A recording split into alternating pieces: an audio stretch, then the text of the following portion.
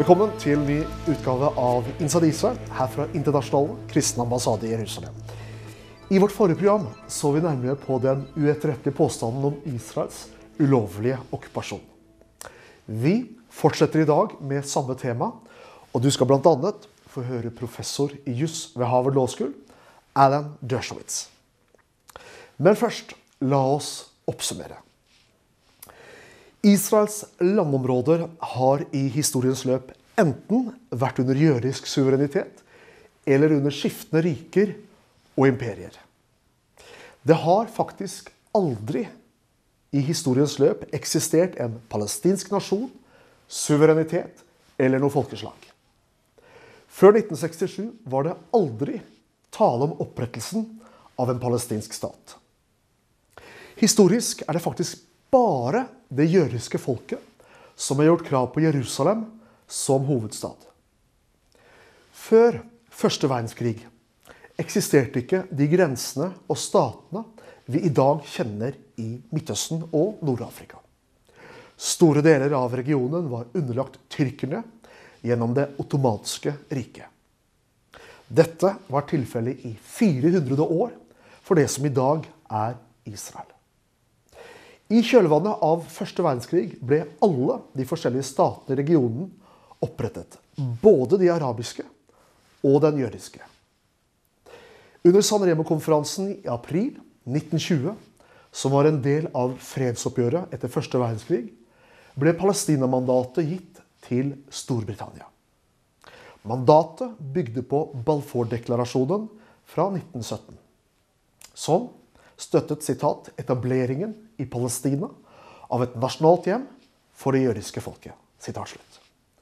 Årsaken til at man valgte dette området som et hjemland for dette folket, var de flere tusen år gamle jødiske røttene til denne regionen.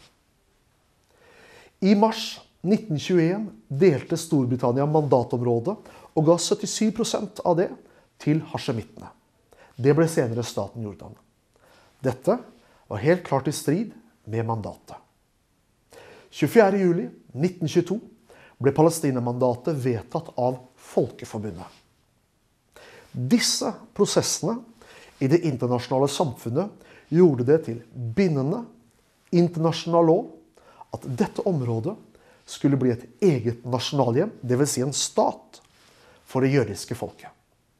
Med andre ord ble den folkerettslige forankringen for Israels opprettelse lagt om lag 2 tiår før andre verdenskrig. Så går vi fram til perioden etter andre verdenskrig. I 1947 kom FNs delingsforslag. Her foreslo man å opprette en arabisk og en jødisk stat i resten av mandatområdet. Jødene godtok forslaget, som bare ville gi dem 10% av det opprinnelige arealet. Legg merke til at det var kun snakk om en ny arabisk stat, i tillegg til Jordan, Libanon, Syria, Irak osv. Ingen talte på den tid om en palestinsk stat. I motsetning til jødene forkastet araberne dette forslaget, og det fikk derfor aldri noen juridisk eller bindende funksjon. 14. mai 1948 erklærte jødene staten Israel for opprettet. Her rakte man hånden ut til arabiske naboene med ønske om fredelig sameksistens. Araberstatene svarte med å angripe den lille gjenfødte staten. I krigen mot Israel okkuperte Jordan Judea og Samaria, kalt Vestbredden, og Egypt okkuperte Gaza. Så gikk det 19 år fram til seksdagerskrigen i juni 1967. I denne selvforsvarskrigen fikk Israel kontroll over Judea og Samaria, Golanhøydene, Gaza og hele Sinai-halvøya. Israel ga fra seg mer enn 90% av dette området, nemlig hele Sinai, gjennom Camp David-avtalen med Egypt. Nå skal du få møte professor i juss ved Harvard Law School, Dershowitz, da han talte på Oslo Symposium 2011. Han er en internasjonal kapasitet når det gjelder Midtøsten. Israel's birth certificate is more legal than the birth certificate of the United States, of Australia, of Canada. Those countries started simply by colonialism and occupation. Israel was formed by law, by an enactment of the League of Nations, by an enactment of the United Nations, by legislative actions in the United States, Great Britain, France, recognition by the entire world, including, of course, Norway. So its birth is not in dispute. It is a legitimate country, and among the nations of the world, has the same legitimacy as every other country in the world. So let's talk about 1967. What happened in 1967? We don't have to talk about the Gaza too much because the Gaza has, of course, been given back. What happened on the West Bank? Of course, Israel did not attack Jordan. Israel was not at war with Jordan. In fact, Israel sent a prominent Norwegian general to speak to King Hussein and to plead with King Hussein not to attack Israel. He made an incredible offer through the Israelis made an incredible offer through the Norwegian general. If you don't attack us, we will not take 1 inch of land from you. We will not take the Western Wall back, even though the Western Wall is the holiest place in Judaism, has been a Jewish iconic holy place since the destruction of the temple. We will not take that back. We will not take back the Jewish quarter, which has been in Jewish hands essentially since the days of Abraham. You walk through the Jewish quarter, many of you have done so. You see the signs all around you. You see the streets. You see the excavation showing the temple period, showing the Talmudic period. You walk a little further out, you see the Via Dolorosa. You see every step that Jesus took. You see the connections between Judaism and Christianity. It's so deep and so passionate and so compelling. But Israel said, we're not taking that back because no life is worth spending even on a holy object. Israel's position. What was King Hussein's position? He quoted it to the Norwegian general. He said, my answer will come in the battlefield. He fired 1,500 rockets into downtown Jerusalem at civilians. The Israelis had no option but to respond. They did. They captured the West Bank. That was in June of 1967. You wouldn't know this if you went to a university in Norway today. But what happened in July of 1967? What happened is the Israeli government, through Moshe Dayan, made an offer to the Palestinians. The offer was, we will give you back every inch of land captured if you just make peace with us. Just give us peace and you get your land back. Peace for land, land for peace. The Arabs all went to Khartoum to have a conference. They issued their 3 famous no's. No peace, no recognition, no negotiation. At that point, what was Israel to do?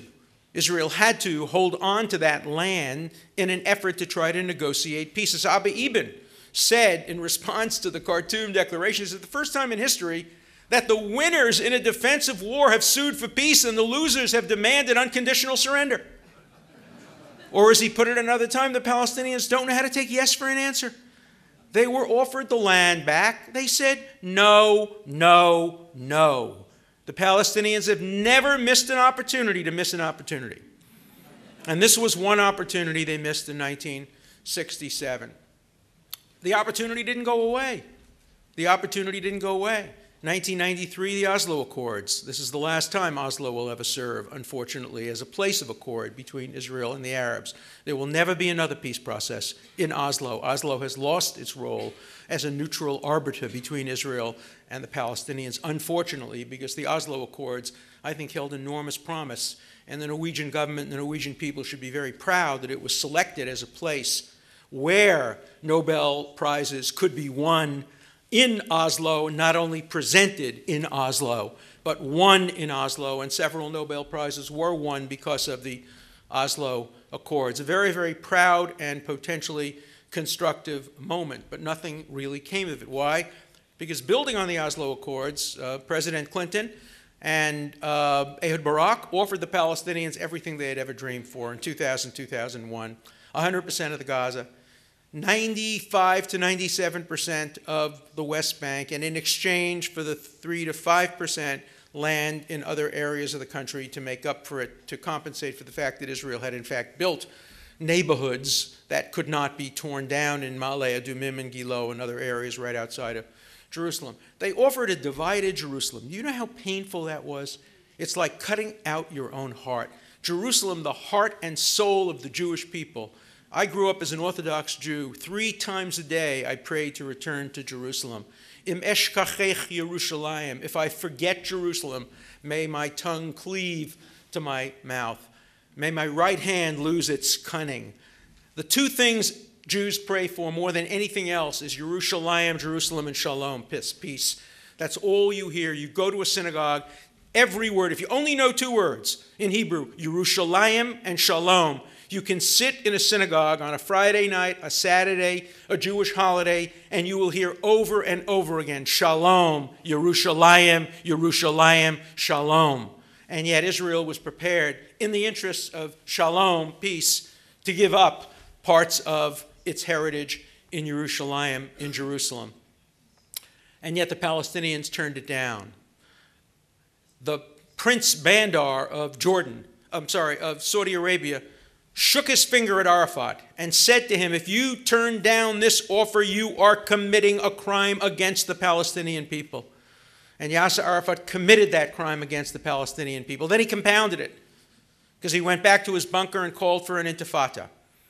And the intifada resulted in 5,000 unnecessary deaths.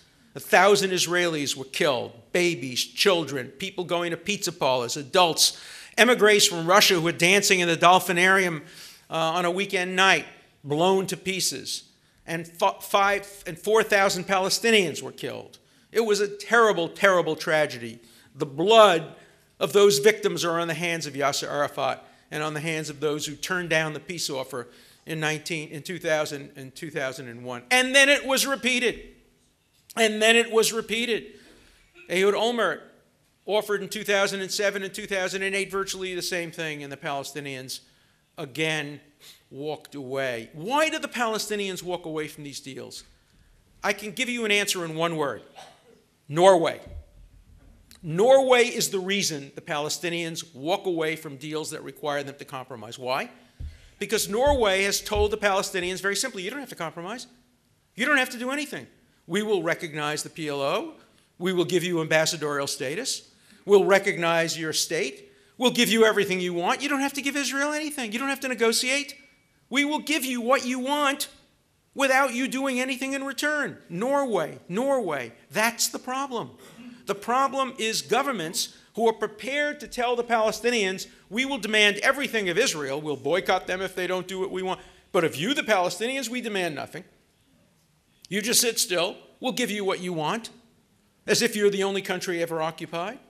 What's the difference between the occupation of the West Bank and the occupation of China, the occupation of Tibet by China, the occupation of Chechnya? There are several differences. One, the Palestinians have gotten attention through terrorism. The Chechens and the Tibetans, for the most part, have not. Two, the Palestinians have allies who have oil, and their enemy is Israel. Their perceived enemy is Israel. And the other third difference is Israel has offered to end the occupation. None of these other countries have. Has China ever made an offer to Tibet? Has Russia ever made an offer to Chechnya? No. The Palestinians are sitting on an offer right now. Just this week, Prime Minister Benjamin Netanyahu said to the Palestinians on a CNN interview with Piers Morgan, come to Jerusalem, invite me to Ramallah unconditionally. Let's negotiate. You will get the land. You will get 90-something%, and we will give you the others in return. We'll have to negotiate hard about Jerusalem. We'll have to negotiate hard about some rights of return or refugee status. But at the borders, we can figure them out. Come and negotiate. And the Palestinians won't sit down to negotiate to get their land. Who ever heard of that? I'm a lawyer. I negotiate all the time. And when I negotiate, I don't say I'm refusing to sit down when I want a position, when I want something. When you want something, you sit down and negotiate. You don't impose preconditions for negotiation. So is Israel in compliance or out of compliance with Resolution 242 of the UN? You read that, you hear about that, all the questions I was asked at the universities, 242, 242. I know a little bit about Resolution 242. I was there when it was drafted. I was Arthur Goldberg's law clerk when he was on the Supreme Court. He called me to the Waldorf Astoria during the negotiations for 242 and asked me to help him with the draftsmanship and the wording. I know what happened. I know the debates that occurred. And the end result of the 242 debate was that Britain and the United States insisted that the word territories be put in 242, not the territories, not all the territories. In other words, they adopted essentially what was then called the Allon Plan. Israel would be permitted to make small territorial changes to avoid what had been called the Auschwitz borders, the borders that would assure the death of Jews, and that would be part of it. And this was the most important thing that people who talk about 242 without reading it don't understand. There are mutual obligations under 242. Israel is supposed to return territories captured, but only when the Arab states in the area recognize its right to live in peace. Without recognition and peace, there is no obligation to return 1 dunam of land. There are no unilateral obligations in 242. They are mutual obligations, and Israel has complied with every one of them. The minute Egypt extended a hand of peace, it returned every inch of land in the Sinai. Every inch. You want to know something? It tried to give back the Gaza Strip, but Sadat was too smart to take it. He said, we don't want the Gaza Strip. In fact, Jimmy Carter writes in one of his books that the deal almost fell apart because Israel was being too generous. It wanted to give back not only the Sinai, but the Gaza Strip. In any event, there was a little dispute about 1 acre of land right near Eilat on the Egyptian side of the border that Israel had built up and put in a beautiful hotel with gambling.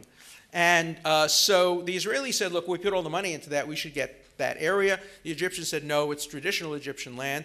And what do you think they did? They didn't go to war. They didn't plant bombs in each other's buses. They said, let's have an international negotiation. They brought in 3 distinguished international negotiators. Those international negotiators resolved the case against Israel in favor of Egypt. What did Israel do? Did it say no? No, it said yes. It gave the land back. It did it peacefully.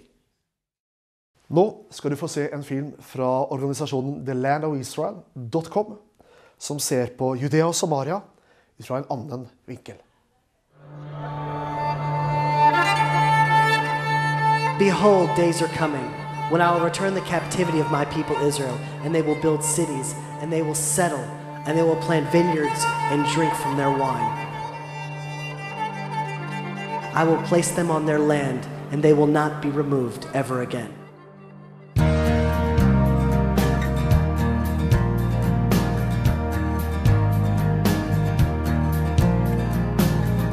בגינה אור של ירח ומביט. Zionism, our national movement of return to our land, is all based on our history, on the Bible, on the area that our fathers walked. Living here in the Shomron, we are fulfilling the prophecy. We are living out the essence of Zionism. I think the most inspiring thing is to look around you and you feel like you're a part of the Jewish story. Every piece of land, everywhere you walk, history comes alive. Behind me is where the tabernacle stood for almost 400 years. Breathing this air and standing on this land, you feel the connection, not only to your father and his father before him, but all the way back throughout Jewish history.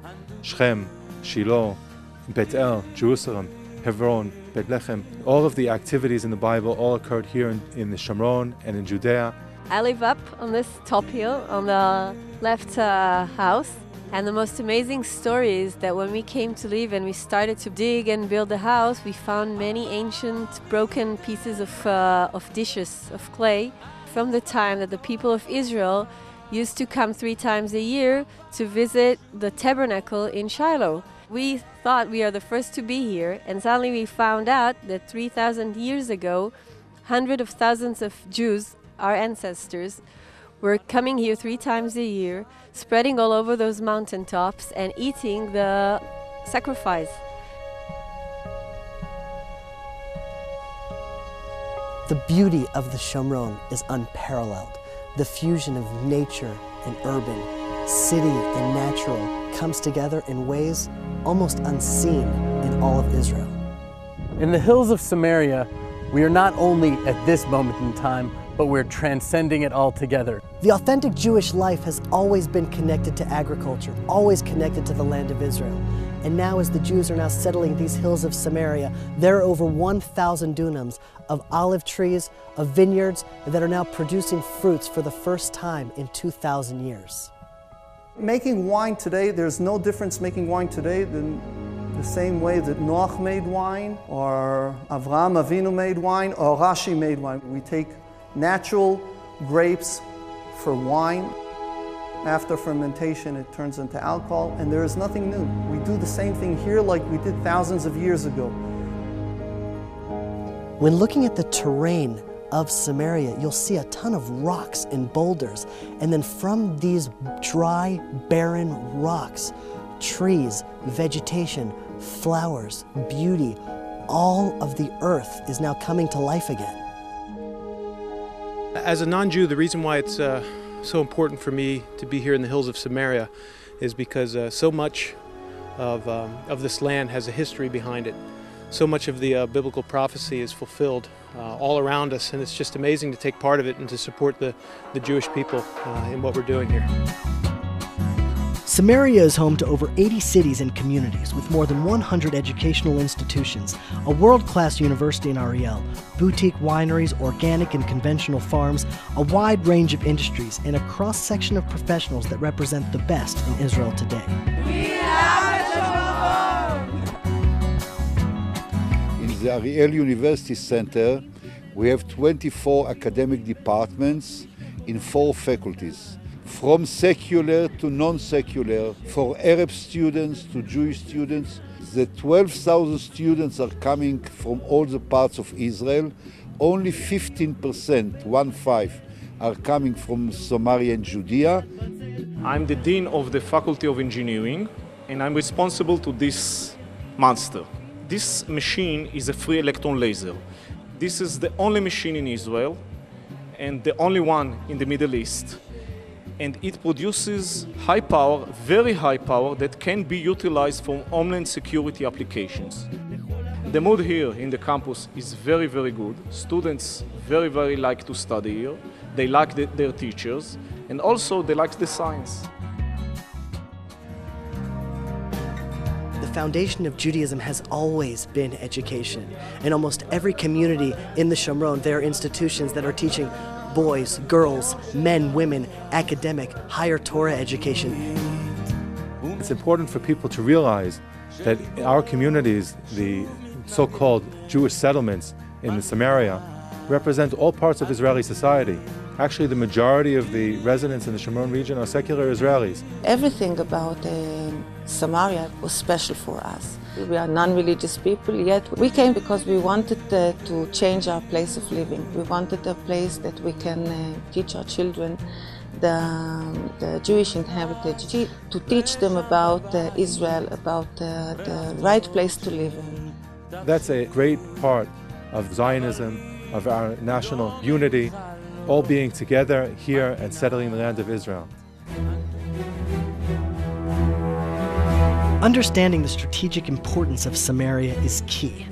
Only 44 miles separate between the Jordan Valley and the Mediterranean Sea.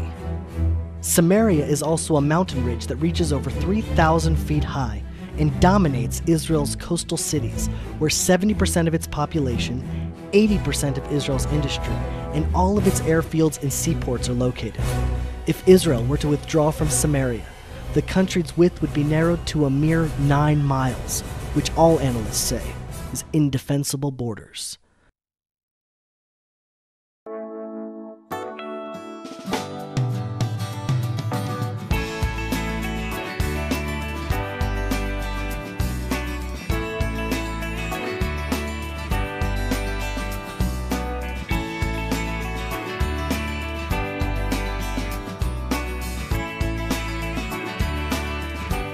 Samaria, where Jewish history meets Jewish destiny, where biblical prophecy meets reality, where the Jewish people became a nation again.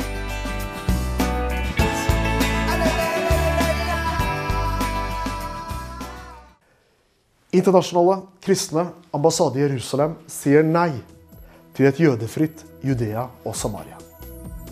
Takk for følget, og Gud velsigne deg.